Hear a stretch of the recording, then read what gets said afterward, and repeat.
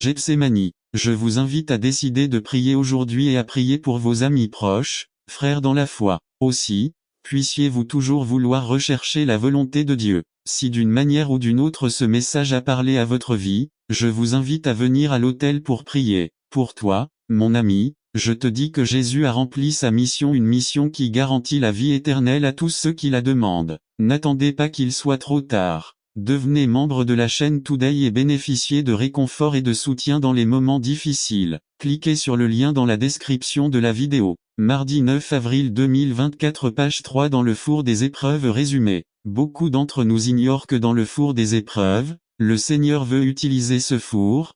Pour nous bénéficions, dois-je surmonter 3. Cette semaine, je propose de faire 3 choses pour purifier mon service au Seigneur et au peuple. Écrivez-le. N'attendez pas qu'il soit trop tard. Devenez membre de la chaîne Today et bénéficiez de réconfort et de soutien dans les moments difficiles. Cliquez sur le lien dans la description de la vidéo. Mardi 9 avril 2024, page 4. Atmosphère pour les miracles résumés. Dieu veut toujours accomplir des miracles. Pour que des miracles se produisent, il faut une atmosphère appropriée. Parfois, Jésus ne faisait pas de miracles, parce que l'atmosphère n'était pas appropriée. Par Séraphin contrera atmosphère pour les miracles font partie de l'évangile. Cependant la Bible dit qu'il y avait des endroits où le Christ ne pouvait pas accomplir de miracles à cause de l'atmosphère qui régnait. Plusieurs facteurs créent ou bloquent l'atmosphère. Aujourd'hui, nous verrons l'un de ces facteurs qui affectent uniquement les dirigeants. Texte. Marc 7, 24 à 30. Introduction. A. Qu'est-ce qui produit un miracle? B. Pourquoi certains miracles ne se produisent-ils pas? C. Vivons-nous à une époque de miracles? D. Quelle est l'atmosphère qui doit prévaloir pour que les miracles se produisent? L'atmosphère pour que les miracles se produisent. I. Atmosphère publicitaire gratuite. Marc 7, 24-24. Il partit de là et se rendit dans la région de Tyr et de Sidon. Il est entré dans une maison et il ne voulait pas que quiconque le sache, mais il ne pouvait pas se cacher. Qui écoutait Jésus-Christ et avec lui il ne se souciait pas du temps, il ne se souciait pas de leurs besoins, ils avaient soif, affamés de la parole de Dieu. Le soir venu, ses disciples s'approchèrent et lui dirent: le lieu est désert et l'heure est passée, renvoyez la foule, afin qu'elle aille dans les villages et achète de la nourriture. Jésus leur dit: vous n'avez pas besoin de partir, vous leur donnez à manger. Et ils dirent: nous n'avons que 5 pains et 2 poissons. Jésus-Christ est le Dieu Tout-Puissant, n'attendez pas qu'il soit trop tard. Devenez membre de la chaîne Today et bénéficiez de réconfort et de soutien dans les moments difficiles. Cliquez sur le lien dans la description de la vidéo. Mardi 9 avril 2024, page 3. Jésus-Christ est le pourvoyeur, le Jéhovah-Jireh de l'Ancien Testament. Jésus-Christ est le Dieu d'abondance. Jésus-Christ prit ses pains et ses poissons et après avoir prié il les donna à la foule et le grand miracle de la multiplication se produisit. La Bible dit que 5000 hommes mangèrent, sans compter les femmes et les enfants, et qu'il restait 12 paniers. Cela nous montre que la nourriture se trouve en abondance près de Dieu. Peut-être que vous vous retrouvez avec des besoins matériels, des besoins spirituels ou des besoins physiques et que vous ne savez pas comment résoudre votre problème. Vous devez vous approcher de Jésus-Christ, car Jésus-Christ est Dieu et près de Dieu se trouve la nourriture en abondance. Dieu est le pourvoyeur par excellence et en étant proche de lui nous pouvons trouver la solution à tous nos besoins. Près de Dieu est la maison heureuse. Dans certaines maisons j'ai lu un panneau qui dit: Dieu soit l'hôte invisible de cette maison, et avec ce panneau les habitants de cette maison veulent que Dieu soit là avec eux car ils reconnaissent la grande importance de la présence de Dieu pour une maison heureuse. Dans le livre des 2 Rois, au chapitre 4, nous trouvons une histoire d'une grande importance pour nous. Ce passage biblique nous parle d'une femme connue sous le nom de Sunamite. On l'appelait ainsi parce qu'il vivait dans la région de Sunem. C'était une femme importante, ce qui veut dire qu'elle était une femme riche et qu'elle était aussi une femme pieuse car elle aimait écouter le prophète Élisée. Elle a insisté pour que le prophète mange chez elle et que lorsqu'il passerait par là, il viendrait manger. Mais cette femme voulait quelque chose de plus, elle voulait avoir la présence de Dieu dans sa maison, ici représentée en la personne du prophète Élisée car elle savait qu'une maison ne peut être heureuse que si Dieu y est. Pour cette raison, elle a parlé à son mari et a demandé la permission de construire une pièce pour que lorsque le prophète passait par là, il puisse y rester et ainsi avoir son intimité, lire les Écritures et prier sans aucune interruption. Le mari lui a donné la permission et elle a construit cette chambre pour le prophète. Après que le prophète eut vu la pièce et vu l'attitude de la Sunamite et sa révérence et son amour pour Dieu, il l'envoya chercher et lui dit que bientôt elle allait avoir un fils. Ce qui lui était impossible car selon la Bible son mari était vieux et il semblait qu'il ne pouvait pas avoir d'enfant. Elle cherchait Dieu et Dieu lui a donné le bonheur d'avoir un enfant, d'avoir un foyer complet, un foyer heureux votre vie. Parce que il est difficile pour vous de maintenir cette relation. Parce que vous ne maintenez pas la bonne communion, la communion n'est pas connectée régulièrement, seulement le matin, avant le repas, en allant dormir ou le dimanche à l'église tout le temps ça tout temps. Précisez. Si c'est difficile pour vous, suivez ces points. Une auto-analyse. Si vous ne trouvez pas la réponse, demandez à Dieu de vous révéler les domaines sur lesquels vous devez installer. Tout cela par la prière quotidienne 2 comme dévotionnel chaque jour et méditer sur un verset de la Bible 3 apprendre à aimer. Beaucoup d'entre nous n'ont pas le vrai concept d'amour 4 ordonnez vos sentiments 5 changez votre comportement. N'attendez pas qu'il soit trop tard. Devenez membre de la chaîne Today et bénéficiez de réconfort et de soutien dans les moments difficiles. Cliquez sur le lien dans la description de la vidéo. Mardi 9 avril 2024 page 2 Il y a de nombreux domaines qui nous affectent mais nous devons travailler sur eux.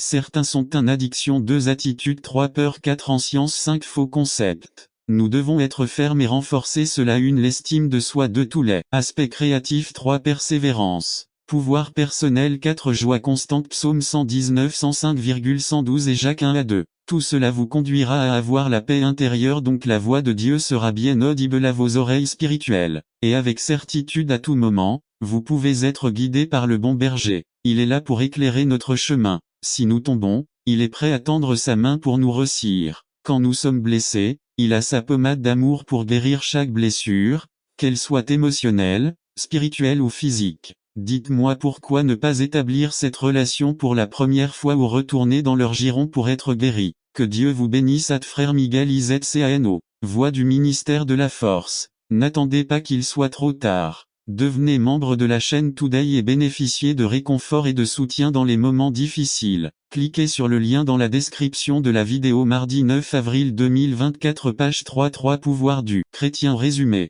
Ce sermon nous rappelle le pouvoir et l'autorité que le Christ a délégué à son Église et comment nous pouvons les mettre en pratique par Rodrigo Azofefa. Le pouvoir et l'autorité du chrétien Matthieu 28, 18-20 Introduction. Le pouvoir est un autre mot qui décrit le pouvoir. Christ a reçu tout pouvoir du Père maintenant, il nous transfère ce pouvoir vers son Église qui est nous tous qui avons cru en son nom. Dans ce passage, Jésus nous confie une tâche belle mais difficile prêcher, baptiser et évangéliser. Cette tâche serait impossible à accomplir si nous n'avions pas l'autorité que le Christ nous a confiée par son Saint-Esprit. Acte 1:18 dit et vous recevrez une puissance lorsque le Saint-Esprit sera venu sur vous. Pour rendre possible le succès de cette mission, il est nécessaire de mettre en pratique les pouvoirs suivants qui résident dans le chrétien. Le pouvoir de l'humilité. Ce qui définit notre humilité n'est pas ce que nous possédons matériellement ou intellectuellement mais notre dépendance totale à l'égard du Seigneur. Reconnaissez que nous sommes nous-mêmes. Ainsi la première mention de Timothée se trouve dans Actes 16 1-4.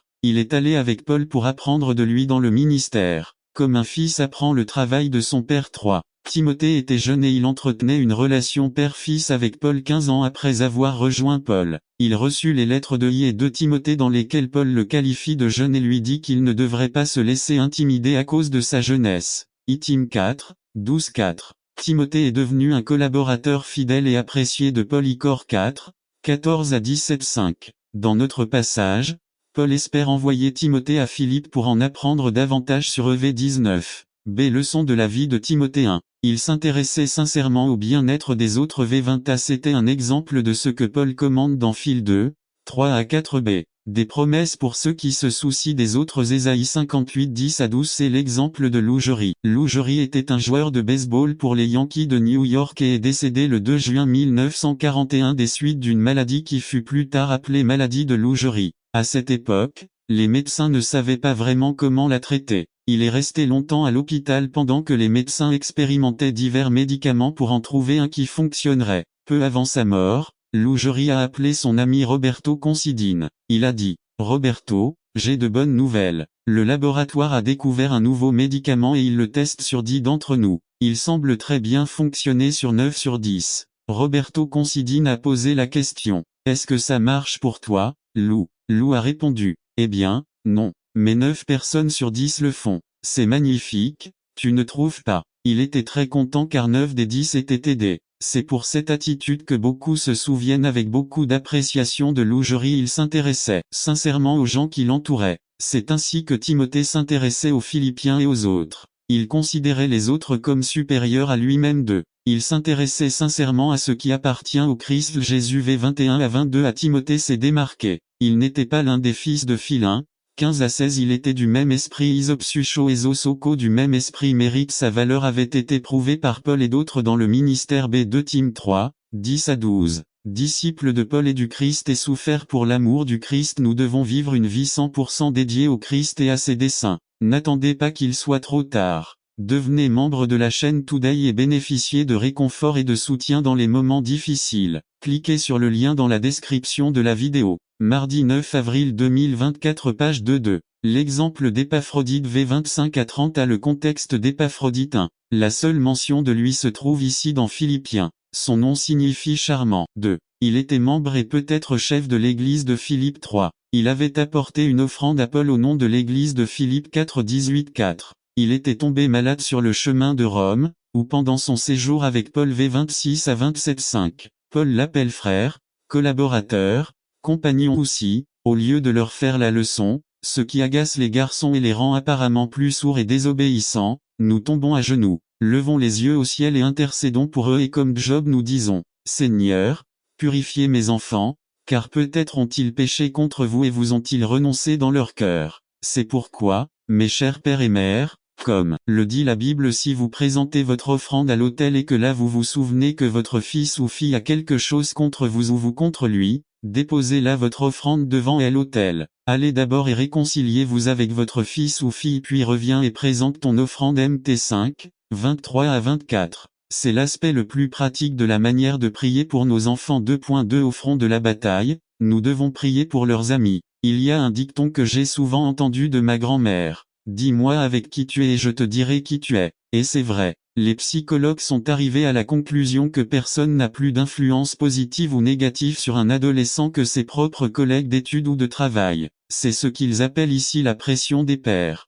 Ainsi, sur le champ de bataille, nous devons prier pour que nos enfants recherchent et s'entourent des bons amis. Il est prouvé que la première expérience de drogue, de sexe, d'alcool, de cigarettes, de vol, d'actes de violence, etc. Cela vient via son meilleur ami. Nous devons donc recentrer nos prières de manière à éviter de prier de manière inappropriée. Laissez-moi vous expliquer. Généralement, dans nos prières, nous demandons aux mauvais amis de rester loin de nos enfants. Mais cela, en plus d'être incorrect, n'est pas biblique. Nous devons plutôt prier pour que ce jeune homme soit touché par le Christ. C'est ce que commande la Bible, que des prières, des supplications et des actions de grâce soient faites pour tous. Ceci est bon et agréable à Dieu car il veut que tous soient sauvés et connaissent la vérité intime. 1. 4 par an. Remarquons l'accent mis sur ce verset. Il ne s'agit pas de prier pour le plaisir de prier. 3 choses sont mentionnées à les prières. La prière est une supplication humble et fervente. B. Des prières. La prière est l'élévation de tout notre être vers Dieu pour le louer. C'est le souvenir de l'âme pour méditer sur Dieu et ce qu'il est. C'est les supplications et les actions de grâce. La supplication est la douleur intense de l'âme troublée qui cherche Dieu et se soumet à sa volonté. Thanksgiving exprime notre gratitude envers Dieu pour ce qu'il a fait en notre nom. Nous concentrons notre attention sur sa fidélité. Nous devons prier pour nos enfants, en suppliant avec humilité et ferveur. Élever tout notre être vers Dieu. C'est pleurer devant Dieu pour eux et pour leurs péchés et se soumettre à sa volonté, en s'emparant de sa fidélité éternelle. Alors quand votre fils ramène à la maison ce jeune homme aux cheveux dressés et peint de plusieurs couleurs comme un ara ou un perroquet, vêtu tout de noir comme s'il était en deuil perpétuel, avec un anneau dans le nez comme s'il était du bétail, profitez de l'occasion, en tant que père chrétien consacré au Seigneur, de témoigner du Christ sans crainte. 2.1 Dans la description de la vidéo mardi 9 avril 2024 page 2 La vie dans la nouvelle année. Résumé. Il y a quelques années, une dame s'est suicidée. Elle a laissé une note qui disait « J'ai décidé que si la vie ne vaut pas la peine d'être vécue, j'arrêterai de la vivre ». Ce message puissant amènera son auditeur à réaliser qu'il y a des voleurs de vie, qu'il y a un donneur de bail. Georges Alvarez La vie au Nouvel An JN 17 à 10 Introduction 29 décembre 2002 Service du matin à Ebenezer, Union City, Californie. Il y a quelques années, une dame s'est suicidée. Elle a laissé un mot qui disait « J'ai décidé que si la vie ne vaut pas la peine d'être vécue, j'arrêterai de la vivre ». Quand il s'agit de notre vie, nous pensons parfois qu'elle ne vaut plus vraiment la peine d'être vécue. Se pourrait-il qu'au fil des années, nous réalisions à quel point nous avons peu de valeur? Je veux établir que même si tu te sens seul, que tu es laid, que tu as peu d'éducation, que tu as des problèmes, que tu n'as pas de travail, que tout va mal pour toi, etc. Tu vaux beaucoup. Vous avez tellement de valeur que Dieu a voulu venir vous délivrer du péché et vous donner la vie dans le présent et le futur. Cette vie se trouve en Jésus-Christ. Alors que nous méditons sur une nouvelle année qui est sur le point d'entrer, méditons sur ce que Jésus a dit à propos de cette vie abondante. Il le voleur de vie, disait ladron ne vient que pour voler, tuer et détruire. Ce voleur désigne celui qui veut se faire passer pour un berger. 5, 8,12 et 13b. Ceci semble faire référence aux chefs religieux qui guidaient le peuple. Ce voleur présente les caractéristiques des personnes qui influencent nos vies. Avec la tromperie, ils nous font faire quelque chose de mal. Quand nous sommes alors dans le trou, dans le problème, ils nous laissent tranquilles et s'enfuient. Vous n'avez pas d'amis comme ça, n'est-ce pas? J'espère que non. Cette année, il y a peut-être eu des problèmes, des situations qui vous ont sauté. Ne riez pas caca neuf. Débarrassez-vous de tout ce qui pue, de tout ce qui est fuchi, de tout ce qui est mauvais. En d'autres termes, Jacques dit, comment pouvez-vous, en disant que vous êtes croyant, traîner avec vous des choses puantes? C'est le mot rejeter ou repousser est à l'impératif. C'est quelque chose dont nous devons nous débarrasser, ce n'est pas une option, sinon nous ne verrons pas la face de Dieu. Rechercher la sainteté, sans laquelle personne ne verra le Seigneur. Et 14:1. Mais cela signifie-t-il que nous devrions nous dépouiller avec nos propres forces et puissances? Pouvons-nous nous débarrasser nous-mêmes de toutes les saletés et choses puantes de un homme noir peut-il changer de peau simplement en voulant être blanc uniquement? Michael Jackson, ou un léopard peut-il enlever ses taches? Demande Jérémie 13:23. Le petit garçon, peu importe à quel point il travaille dur, peut-il augmenter sa taille d'1 pouce? Demande Matthieu 6:27-3.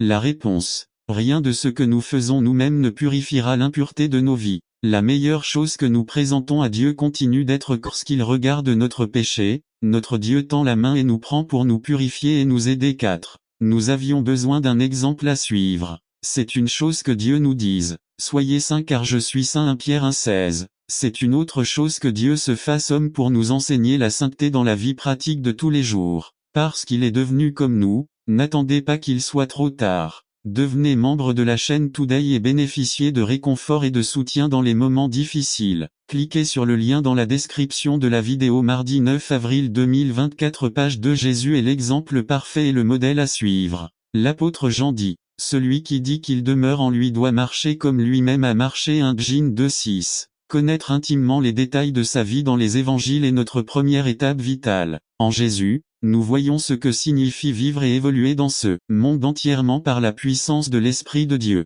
Cela inclut l'exemple de Jésus sur la façon dont il a résisté à la tentation. Même si nous avons tendance à penser qu'il a pu résister parce qu'il était Dieu. L'Évangile selon saint Luc souligne qu'il l'a fait en fonction du Saint-Esprit. Luc 4:1-14. La dépendance de Jésus à l'égard du Saint-Esprit tout au long de son ministère de 3 ans est pour nous un exemple que nous pouvons aussi compter sur le Saint-Esprit qui nous habite. Son humanité et la mienne. La doctrine de l'humanité de Jésus est vitale pour la foi chrétienne. Si Jésus n'était pas devenu humain, il n'y aurait pas de pardon des péchés et, par conséquent, il n'y aurait aucune possibilité d'avoir une relation avec Dieu. Mais il y a bien plus encore. Le fait que Jésus était un homme parfait change ma façon de prier. Je sais qu'il me comprend et me comprend. Mais quand je suis tenté, je sais qu'il a fait face à cela aussi me réconforte quand je suis triste. Je sais il a subi une grande déception et me fortifie lorsque je me sens faible. Je sais qu'il a connu la maladie et les limites de son existence corporelle. Tout comme comprendre et croire en la divinité du Christ est indispensable à notre foi, apprécier son humanité l'est aussi. N'attendez pas qu'il soit trop tard. Devenez membre de la chaîne Today et bénéficiez de réconfort et de soutien dans les moments difficiles. Cliquez sur le lien dans la description de la vidéo. Mardi 9 avril 2024, page 3. Face au mur résumé. Il est nécessaire que nous apprenions à faire confiance à Dieu et à sa parole quelles que soient les circonstances. Par Juan Alvelot. Titre. Face au mur. Texte. Josué 6:1-16-20. Introduction. Nous sommes souvent confrontés à des situations tellement désespérées et incroyables que nous savons quoi faire. Le peuple d'Israël a fait face à de nombreux obstacles qui auraient pu l'arrêter, mais il a appris à faire confiance à Dieu. Il est nécessaire que nous apprenions à faire confiance à Dieu et à sa parole quelles que soient les circonstances. Proposition. Dieu n'échoue jamais et sa parole est vraie. Transition. Le peuple d'Israël s'est retrouvé face à un mur immédiatement après son entrée dans la terre promise. Et Dieu délivre en 1er 6, 2 à Josué faisait face au premier mur de la terre promise. Jéricho non, il dit de toutes les nations. Maintenant, il est clair que le Seigneur nous a appelés à être des disciples. Mais que signifie le mot disciple? Eh bien, j'ai cherché un peu et j'ai trouvé ces définitions. Un apprenti, un disciple, un étudiant, une personne qui apprend un métier doctrine de l'enseignant ou qui poursuit des études dans une matière. J'ai également recherché ce que signifiait être un disciple au temps du Christ et j'ai découvert qu'un disciple se consacrait totalement à être un expert dans ce qu'on lui enseignait et s'engageait à transmettre aux autres ce que son professeur leur enseignait et même plus alors ils ont accepté. L'objectif était de vivre votre vie comme votre professeur. Appliquons cela à ce que signifie être un disciple du Christ. Que devons-nous faire pour être disciples du Christ?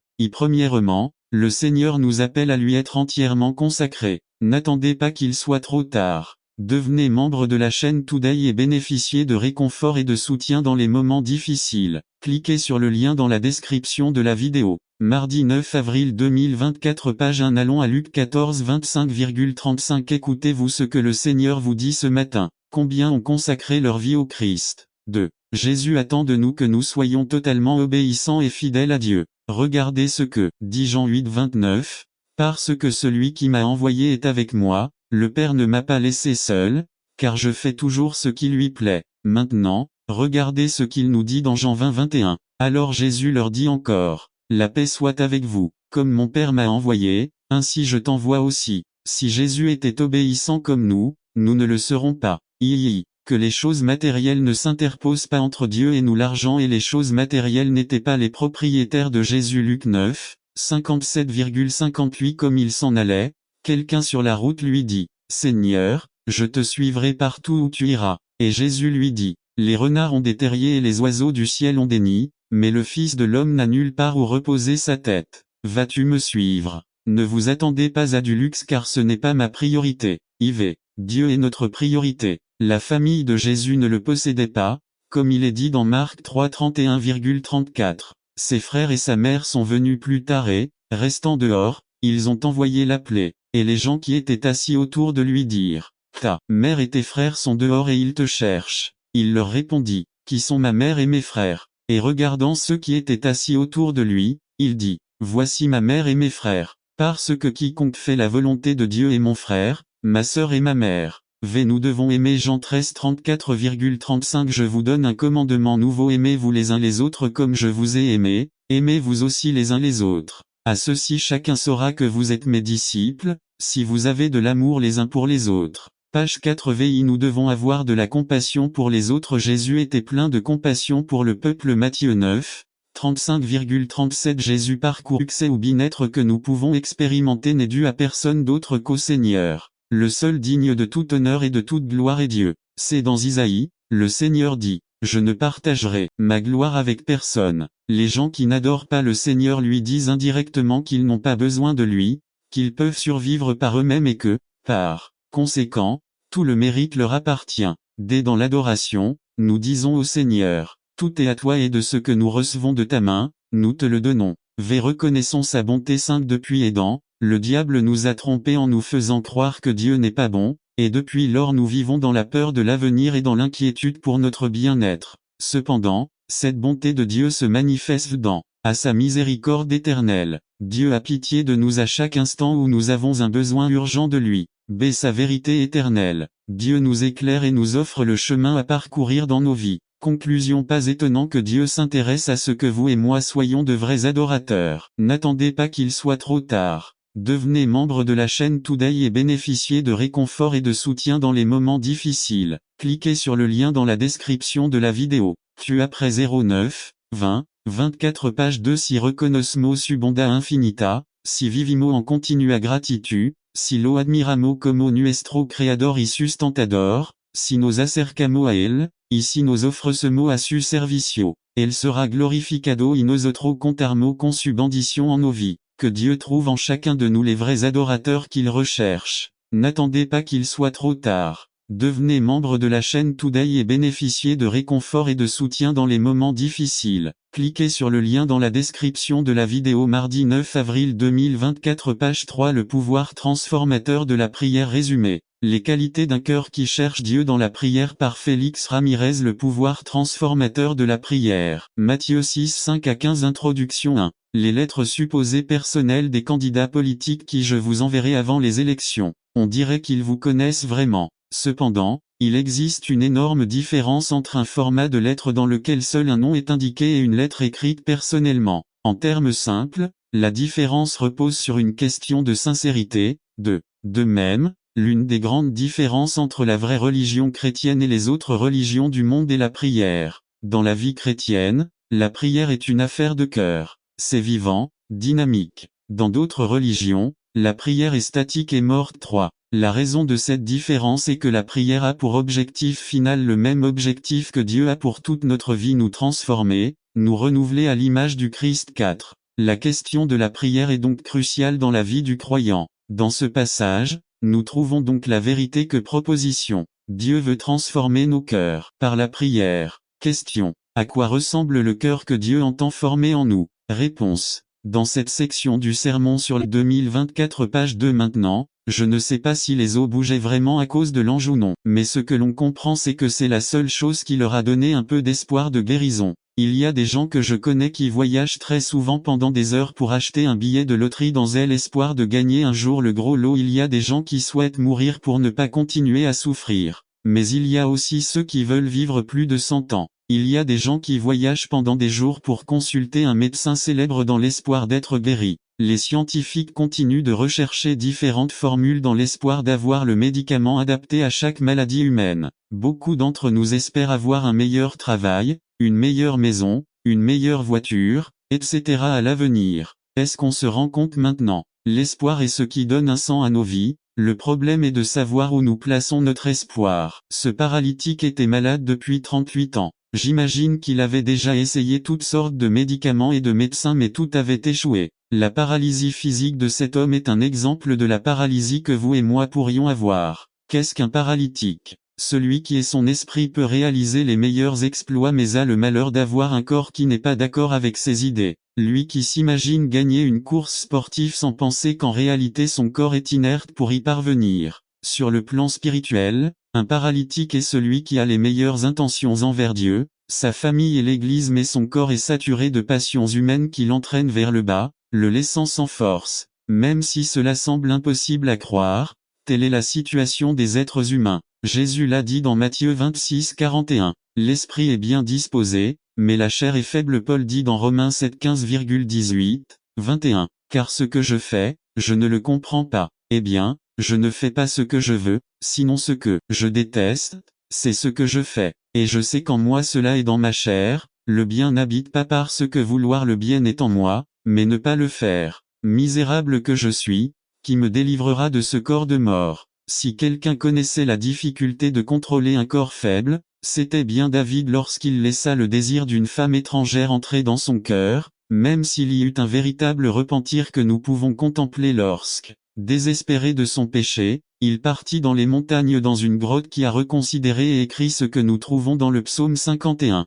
Lave-moi Seigneur Jésus et purifie-moi de mes péchés. N'attends pas qu'il soit trop tard. Devenez membre de la chaîne Today et bénéficiez de réconfort et de soutien dans les moments difficiles. Cliquez sur le lien dans la description de la vidéo. Mardi 9 avril 2024 page 3 Sanctifie-moi, lave-moi dans ton danger et purifie-moi de mon mal. Parce que je reconnais que je me suis révélé et que j'ai péché contre le ciel et contre toi. Et c'est pourquoi maintenant je me repens et je viens implorer ton pardon. Nous connaissons peut-être beaucoup de personnes comme David. Ce sont des personnes exceptionnelles, de bons membres d'église, d'honnêtes citoyens et pour que vous receviez les bénédictions que Dieu veut vous envoyer, il est nécessaire que vous labouriez profondément votre cœur. Rappelez-vous que les sacrifices qui plaisent à Dieu sont contrits et cœur humilié. Si vous voulez être une bénédiction, ce confort doit être rompu. L'une des plus grandes malédictions qui pèsent sur l'Église aujourd'hui est que nous n'avons ni chaud ni froid. Apoc 3, 15 à 17. Nous nous contentons d'avoir des nombres même si nous n'avons pas d'âme,